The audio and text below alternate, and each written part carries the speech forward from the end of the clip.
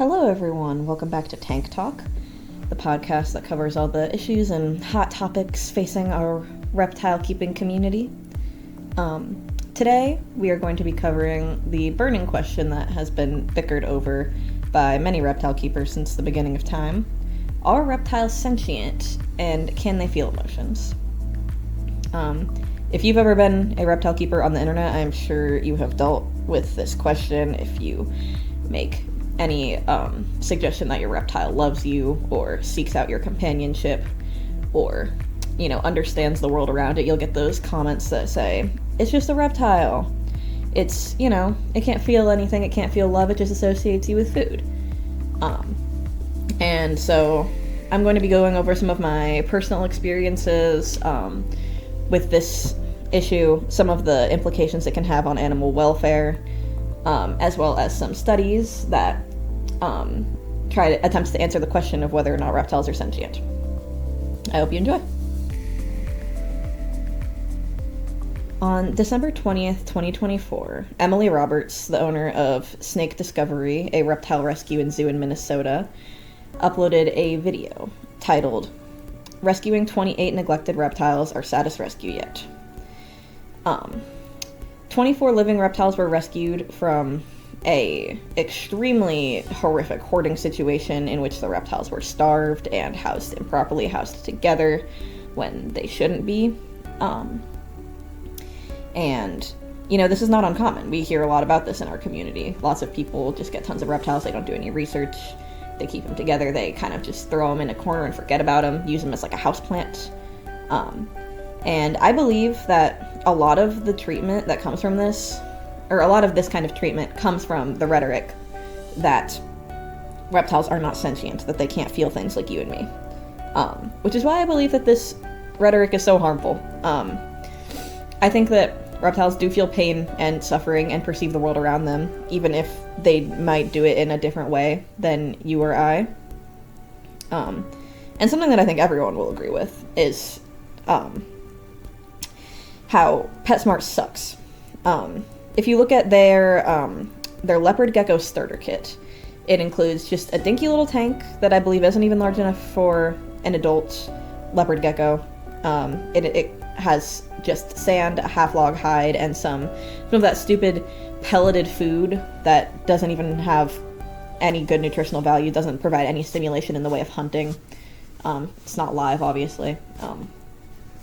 It sells that as basically the essentials to owning a leopard gecko. It doesn't include any enrichment, it doesn't include any live food or any fresh veggies. I mean, obviously it'd be kind of hard to package that kind of thing, but they advertise it as everything you need to take care of a leopard gecko, despite it not including many of the things you need to keep a leopard gecko happy.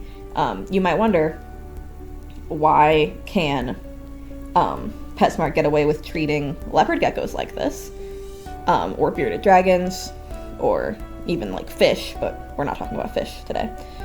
That's a whole other conversation. But you might wonder why PetSmart can get away with treating certain species of animals like this, but you don't see them doing this with like cats or dogs. They don't go around telling you can keep a cat in a cage its whole life, or you can just throw it in a corner, never play with it, only feed it, not water it, anything like that. And it's because in our society we view reptiles as less than us, as less than mammals, because of our phylogenetic differences, and that just means like our evolutionary differences.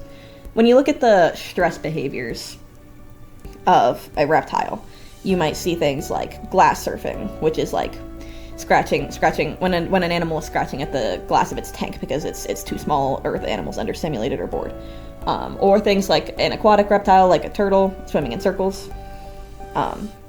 You see those phylogenetic differences, and you don't really read those as suffering. In fact, there's a lot of videos online of people taking their animal stress behaviors and laughing at them because they don't recognize them as the animal being in pain or upset. And it's much harder to read an animal like swimming in circles or scratching at the glass as suffering when you compare it to like a cat hissing or a dog whining. We as humans, we've evolved alongside these animals for a long time. We've had them domesticated for many thousands of years they've been extremely relevant to our lives, and a lot of times in our collective we've kind of just learned to recognize these things. Also, a dog whimpering is kind of akin to a baby crying. A cat hissing is kind of akin to someone yelling, or like, you know, grumbling in anger. I just want to talk about my personal experience with raising reptiles throughout my childhood. My first reptile that I got was when I was 5 years old. Sunshine, the Russian tortoise. She's still alive and well. And I remember getting her and just being absolutely obsessed with this tortoise. But she was always extremely shy. She didn't really want that much to do with me. She kind of liked to just have her own space, do her own thing. And I kind of just assumed that tortoises are like this. They just do that. They just don't really care for people.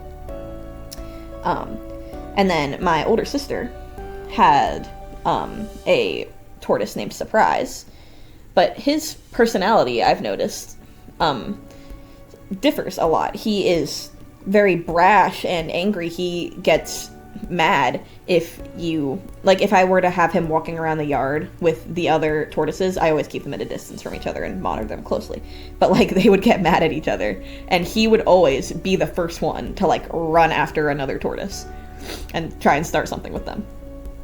And then after a while, after we've had these guys for, I would say like maybe 10 years, maybe longer, we got a third tortoise. Her name is Faye.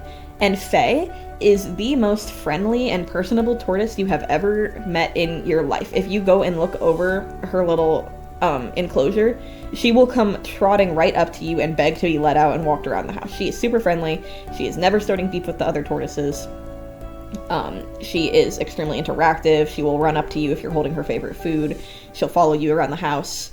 She's just an extremely friendly little thing. And I think this shows that these animals can have distinct personalities. Faye loves us because she doesn't come up to us with the expectation of food. She comes up to us because she wants to be let out and run around. She will follow us around the house because she just is interested in what we're doing.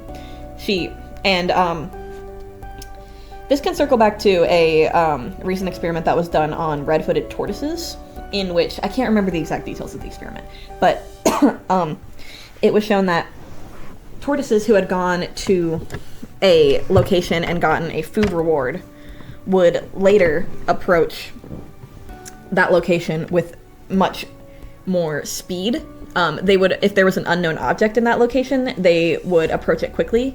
And comparison to tortoises who had not gotten the food reward, they would stay behind and be more hesitant to approach this unknown object. This shows that tortoises, over a long period of time, can develop a long-term sense of optimism.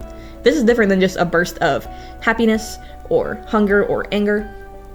This is a long-term shift in the attitude of a reptile. And that's kind of remarkable. We hadn't really seen anything like that in the past. I also grew up with a bearded dragon. His name is Gizmo. I've had him since I was 9. He's getting old now. And I remember growing up with this guy. He would seek me out. When I would let him out to run around my room, he would come up to me and rest on me to take a nap. Maybe that's just because I was warm. You could argue that. But he also showed a lot of curiosity. My older sister, I remember, would love to stick her tongue out at him. And a lot of times he would stick his tongue out in turn. He would tilt his head at things. He would go up to things that he didn't recognize and try to eat them, try to climb them, try to get a better vantage point. Because he was curious. He was showing an interest and engagement in his environment. And this shows that he's not just a houseplant. He's sentient. He's thinking. He's perceiving the world around him.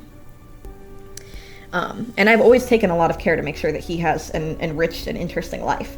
I take him out for walks when it's warm outside. I change around the decorations in his enclosure whenever I clean it.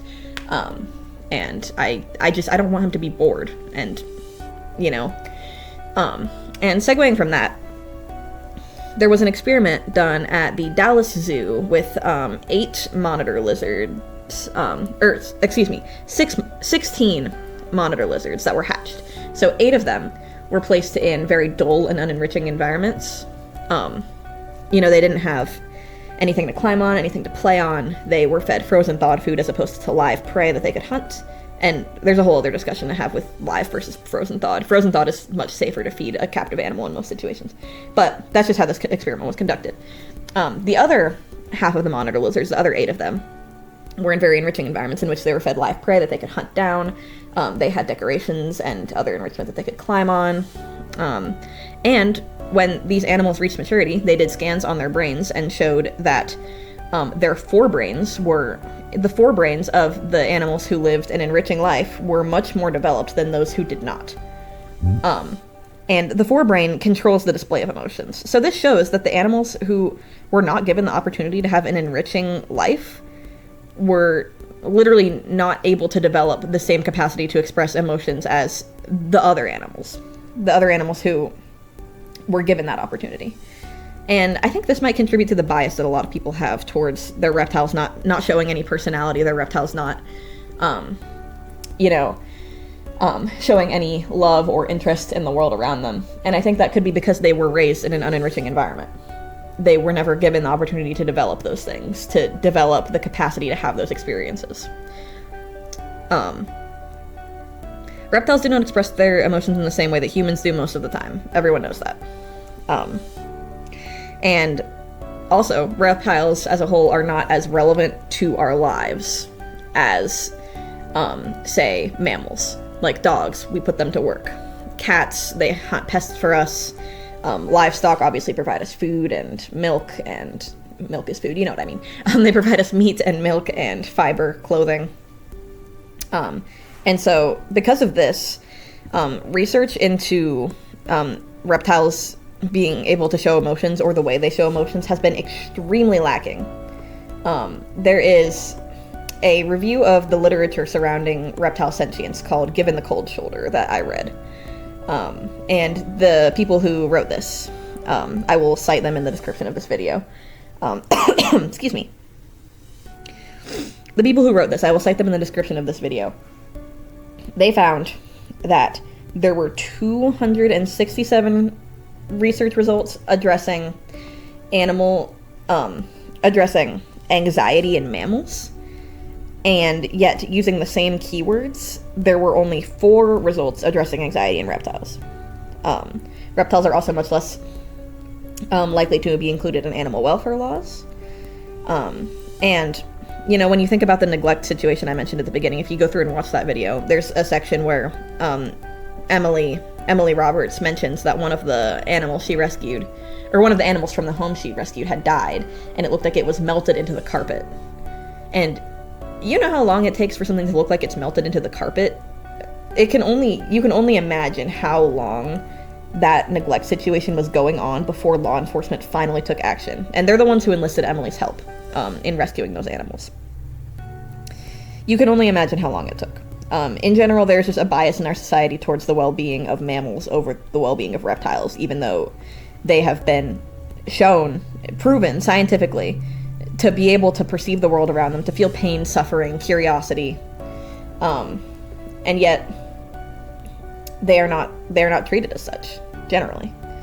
I find this to be really concerning, and that's why it makes me so angry when I hear people say things like, it's just a lizard, it's just a turtle, etc., etc. Because they're not. They have their own lives and thoughts and personalities, and we need to start treating them as such. We need to stop treating them like houseplants and start treating them like living beings. Thank you for listening. I will include all of the resources I used. I highly recommend going and watching Emily's video and checking out more of her channel, Snake Discovery.